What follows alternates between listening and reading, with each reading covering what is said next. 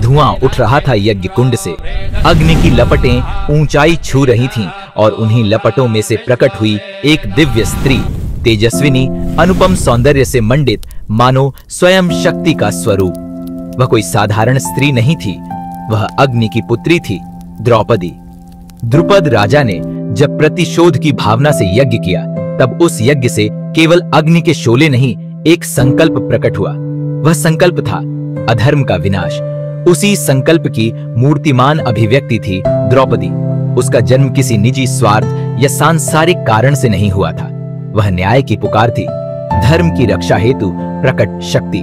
स्वयं भगवान कृष्ण ने उसे साक्षात शक्ति कहा। समय बीता और द्रौपदी के स्वयंवर की घोषणा हुई।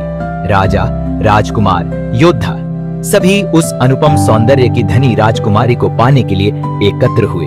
लेकिन स्वयंवर आसान नहीं था। उसे पाने के लिए अर्जुन को मछली की आंख भेदनी पड़ी। और जब उन्होंने यह कर दिखाया, तब किसी ने नहीं सोचा था कि द्रौपदी एक नहीं, 5 पांडवों की पत्नी बनेगी। यह नियति थी, पूर्व जन्म का संकल्प था।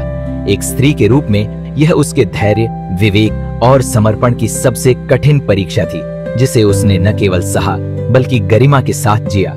कौरव सभा का वह अपमानपूर्ण दृश्य इतिहास के पन्नों पर सदा के लिए अमिट है। जब युधिष्ठिर उसे जुए में हार चुके थे, तब द्रौपदी को सभा में खींच कर लाया गया। वह अकेली स्त्री सैकड़ों की सभा में खड़ी थी, लेकिन वह डरी नहीं।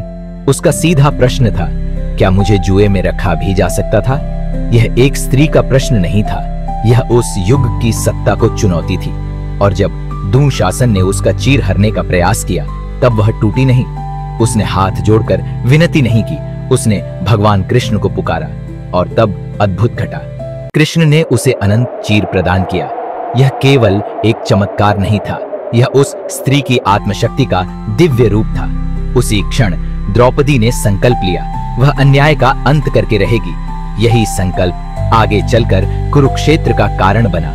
महाभारत का युद्ध केवल भूमि या अधिकार का युद्ध नहीं था, वह धर्म और अधर्म के बीच एक निर्णायक संघर्ष था, जिसकी मौन प्रेरणा द्रौपदी थी। हर बार जब अर्जुन का गांडीव टनकता, उसमें द्रौपदी की पीड़ा गूंजती थी। भीम की प्रतिज्ञा, मैं दुःशासन का रक्त पीऊंगा, द्रौपदी के अपमान से ही जन्मी थी। अंततः जब युद्ध समाप्त हुआ, तो द्रौपदी ने बदला लिया, लेकिन वह प्रतिशोध घृणा से नहीं, न्याय से प्रेरित था। उसका उद्देश्य केवल अपमान का उत्तर नहीं था, बल्कि एक उदाहरण स्थापित करना था कि स्त्री केवल सहनशील नहीं होती, वह परिवर्तन की शक्ति होती है। द्रौपदी कोई साधारण पात्र नहीं थी, वह एक युग थी। अग्नि से जन्मी, अपमान में तपकर शुद्ध हुई और धर्म की विजय में विलीन हो गई।